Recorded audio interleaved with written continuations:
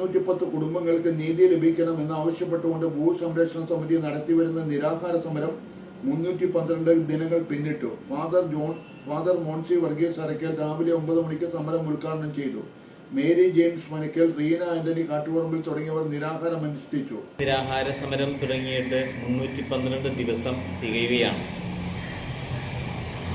ഈ തീരപ്രദേശത്ത് നൂറ്റാണ്ടുകളായി താമസിക്കുന്ന മത്സ്യത്തൊഴിലാളി കുടുംബങ്ങൾ ഉള്ളപ്പോൾ 1902 മുനമ്പം തീരത്ത് താമസിക്കുന്ന മത്സ്യത്തൊഴിലാളികളുടെ സ്ഥലങ്ങൾ ഒഴിച്ചിട്ടതിന് ശേഷമാണ് ഗുജറാത്തിൽ നിന്നും വന്ന അബ്ദുൽ സത്താർ മൂസ ഹാജി സേട്ട് ഈ ഭൂമി തിരുവിതാംകൂർ രാജാവിൽ നിന്നും പാട്ടത്തിന് വാങ്ങുന്നത്. തുടർന്ന് 1948 ഇടപ്പള്ളി സബ് രജിസ്ട്രാർ ഓഫീസിൽ നിന്നും 5000 രൂപയ്ക്ക് ജംബൂബായിൽ നിന്നും, അതായത് അബ്ദുൽ സത്താർ മൂസ ഹാജി സേട്ടുവിൻ്റെ പിന്തുടർച്ചാവകാശിയായ ജംബുബായിൽ നിന്നും ഈ ഭൂമി ഇടപ്പള്ളി സബ് രജിസ്ട്രാർ ഓഫീസിൽ വെച്ച് മുഹമ്മദ് സിദ്ദിഖ് സേട്ടു രജിസ്റ്റർ ചെയ്ത് വാങ്ങുകയും തുടർന്ന് 1950 നവംബർ 1-ാം തീയതി കോഴിക്കോടുള്ള ഫറൂഖ് കോളേജിന് വിദ്യാഭ്യാസ ആവശ്യത്തിന് മാത്രമായി ഈ വസ്തു കൊടുക്കുകയുമാണ് ചെയ്തത്.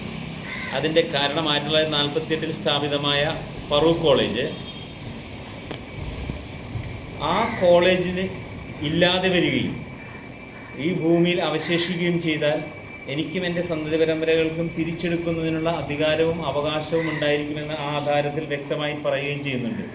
എന്താണെന്ന് ചോദിച്ചാൽ ഇതൊരു പെർമനൻ്റ് ഡെഡിക്കേഷൻ അല്ല, ഒരു വഖഫായ ഒരു പ്രോപ്പർട്ടി ഒരു സ്ഥാപനത്തിൽ നൽകുകയാണെങ്കിൽ, വഖഫായി കൊടുക്കുകയാണെങ്കിൽ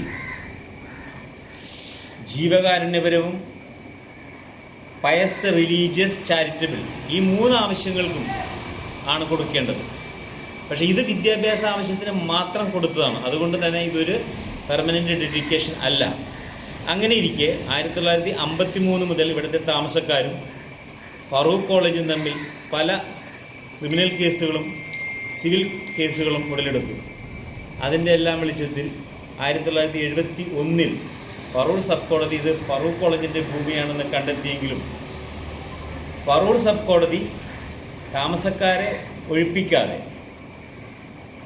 വീണ്ടും ഹൈക്കോടതി ഡിവിഷൻ ബെഞ്ചിലേക്ക് താമസക്കാർ കേസുമായി പോയപ്പോൾ ഫറൂഖ് സബ് കോടതി റിസീവറെ ഏൽപ്പിക്കുകയും ആ റിസീവർ 1988 വരെ റിസീവറിൻ്റെ കൈവശവുമായിരുന്നു. 1976 ഹൈക്കോടതി ഡിവിഷൻ ബെഞ്ചും ഇത് ഫറൂഖ് കോളേജിൻ്റെ ഭൂമിയാണെന്ന് കണ്ടെത്തിയത് വിധി പുറപ്പെടുവിച്ചതിനെ തുടർന്ന് ഇവിടുത്തെ താമസക്കാരായ 156 ആളുകൾ ചേർന്ന് വീണ്ടും ഫറൂഖ് സബ് കോടതിയിൽ കേസുകൾ രജിസ്റ്റർ ചെയ്യുന്നുണ്ട്. 88 വരെ 12 വർഷം വീണ്ടും കേസുകൾ നടത്തിയതിന് ശേഷം ഫറൂഖ് സബ് കോടതിയിൽ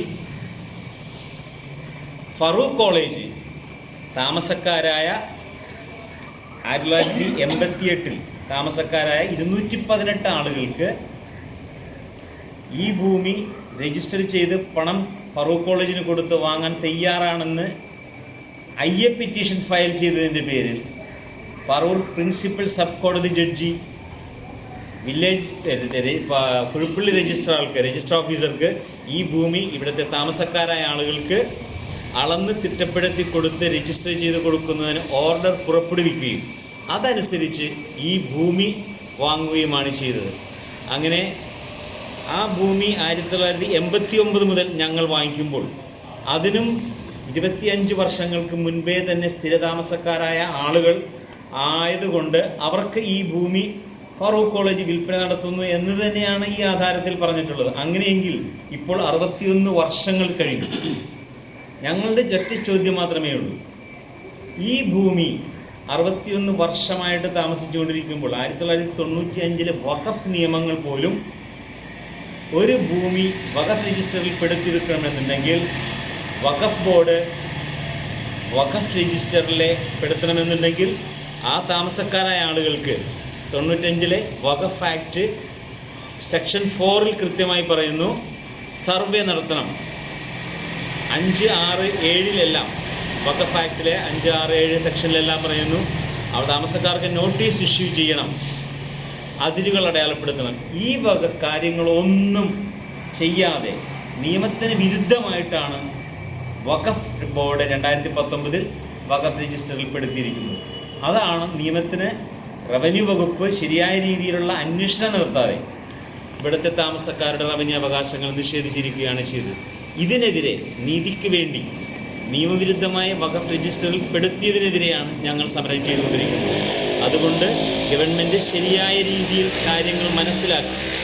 തുടക്കത്തിൽ ഞങ്ങൾക്ക് ഇതിനെക്കുറിച്ചുള്ള ഡോക്യുമെൻറ്റ്സ് ഉണ്ടായിരുന്നില്ല, വിവരങ്ങൾ ശേഖരിക്കാൻ സാധിച്ചിരുന്നില്ല. ഇന്ന് ഇതെല്ലാം പരമാർത്ഥമായ സത്യമായി വെളിച്ചത്ത് വന്നിരിക്കുമ്പോൾ സെക്ഷൻ വഖഫ് ബോർഡിന് വഖഫ് സെക്ഷൻ 97 ഉപയോഗിച്ച് വർഷങ്ങളിൽ എല്ലാ വർഷവും വഖഫ് ബോർഡ് സർക്കാരിലേക്ക് വാർഷിക റിപ്പോർട്ട് സമർപ്പിക്കേണ്ടതുണ്ട്. ആ വാർഷിക റിപ്പോർട്ട് സമർപ്പിക്കുമ്പോൾ തെറ്റായ രീതിയിലാണ് വഖഫ് രജിസ്റ്ററിൽ പെടുത്തിയിരിക്കുന്നതെന്ന് അറിഞ്ഞാൽ ഗവൺമെൻറ്റിന് വഖഫ് ബോർഡിനോട് അതിനെക്കുറിച്ച് തെറ്റായ രീതിയിൽ എഴുതിയെടുത്തിരിക്കുന്നത് അത് ക്യാൻസൽ ചെയ്യണമെന്ന് പറയുന്നതിനുള്ള അധികാരമുണ്ട്.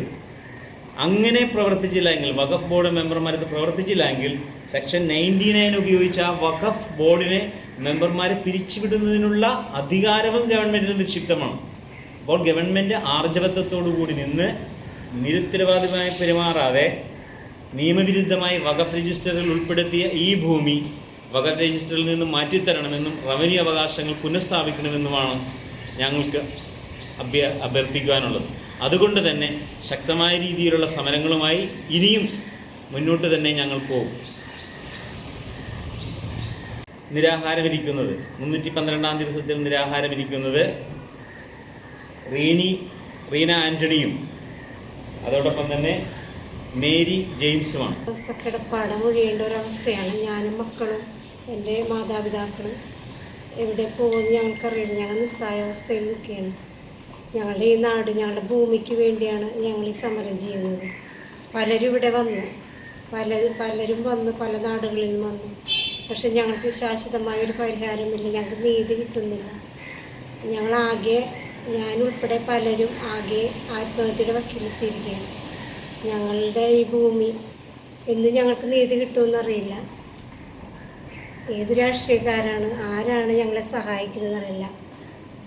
ഞങ്ങളെ സഹായിക്കുന്ന ഏത് രാഷ്ട്രീയക്കാരാണെങ്കിലും ഞങ്ങൾക്ക് എപ്പോഴും അവരോടൊപ്പം ഞങ്ങൾ ഉണ്ടായിരിക്കും. ഞങ്ങൾ ജനങ്ങൾ ഒറ്റക്കെട്ടായിട്ട് തന്നെ ഇനിയും സമരം മുന്നോട്ട് കൊണ്ടുപോകും. ഇപ്പോൾ ഈ സമരം ചെയ്യാൻ തുടങ്ങിയിട്ട് ഒരുപാട് ദിവസങ്ങളായിട്ടുണ്ട്. ഞങ്ങളുടെ ഈ കെട്ടുതാലി വരെയും വിറ്റാണ് ഞങ്ങൾ മേടിച്ചത്. ഇന്നിപ്പോൾ ഇത് എല്ലാവരും ഉപേക്ഷിച്ച് കൊടുത്ത് ഇറങ്ങണമെന്ന് പറഞ്ഞാൽ ഞങ്ങൾക്ക് എങ്ങും പോകാനില്ല. ഞങ്ങളുടെ മക്കളെയും കൊണ്ട് ഞങ്ങൾ എവിടെ പോകാനാണ്? ഇത്രയും നാൾ നമ്മുടെ ഉള്ളതെല്ലാം എടുത്ത് പറക്കി കൊടുത്താണ് ഇത് മേടിച്ചത്. അതിലൊരു ദൂരം ഉണ്ടാക്കി ഞങ്ങൾ ഈ താമസിക്കണത്. ഇപ്പം ഈ ഒരു പെട്ടെന്ന് വന്നുകൊണ്ട് പിന്നെ ഇത് ഞങ്ങളുടെയാണ്, നിങ്ങൾ ഇവിടെ നിന്ന് ഇറങ്ങണമെന്ന് പറഞ്ഞാൽ ഞങ്ങൾ എവിടെ പോകാനാണ്? ഞങ്ങൾ ഇനി ഇതിനൊരു തീരുമാനം എത്തുന്നവരെ ഞങ്ങൾ ഈ സമരം മുന്നോട്ട് തന്നെ കൊണ്ടുപോകും. ഇതിൽ നിന്ന് പിന്മാറാനുള്ള തീരുമാനമില്ല. എന്താണെന്ന് വെച്ചാൽ ഞങ്ങൾ കയ്യിൽ നിന്ന് പൈസ കൊടുത്ത് ഞങ്ങൾ മേടിച്ച് ഞങ്ങളുടെ പേരിൽ തന്ന മുതലാണ്. അതാണ് ഞങ്ങൾ ഈ സമരം ചെയ്യുന്നത്. അല്ലാണ്ട് മറ്റുള്ളവരുടെ ഒരു കാര്യം പിടിച്ചു പറിക്കാനൊന്നും ഞങ്ങൾ പോണില്ല. ഞങ്ങൾ കഷ്ടപ്പെട്ടത് മാത്രം മേടിച്ചതാണ് ഞങ്ങൾക്ക് തരേണ്ടത്. അതിൽ വന്ന് കയറിയാൽ ഞങ്ങൾ ഇത് വിട്ടുതരില്ല. ആരായാലും ഞങ്ങൾക്ക് എല്ലാവരും എല്ലാവരും വന്ന് പറഞ്ഞു പോണതല്ലാതെ കാര്യങ്ങളൊന്നും ഞങ്ങൾക്ക് സാധിച്ചു തരാൻ മുന്നോട്ടായി അറിയില്ല. അതുകൊണ്ട് ഞങ്ങൾക്ക് ഞങ്ങളുടെ സ്ഥലം ഞങ്ങൾക്ക് തന്നെ കിട്ടണം. ഞങ്ങളുടെ തീരുമാനം എന്താണ്, അത് കിട്ടുന്നവരെ ഞങ്ങൾ ഇങ്ങനെ സമരം ചെയ്യുന്നു. കടലിൽ പോയി ബുദ്ധിമുട്ടി രാത്രിയും പകലും ഇല്ലാതെ വേല ചെയ്ത് മേടിച്ച സ്ഥലമാണ് സാറേ ഇത്. ഞങ്ങൾ എങ്ങോട്ട് പോകണം? ഇത് വിട്ടുള്ളൂ. ഞങ്ങൾക്ക് ഒരു സ്ഥലവും ഇല്ല. ഇനി ഇത് ഇവിടെ നിന്ന് കിട്ടിയില്ല. ഞങ്ങൾ ഇവിടെ കിടന്ന് തന്നെ മരിക്കും സാറേ. അല്ലാതെ ഞങ്ങൾക്ക് ഒരു ഓർത്തും പോകാനില്ല. ഞങ്ങളുടെ മക്കളെയും എവിടെ കൊണ്ട് ഞങ്ങൾ എവിടെ പോകും? ഞങ്ങൾ സ്വന്തം കാശ് കൊടുത്ത് മേടിച്ച സ്ഥലമാണ്.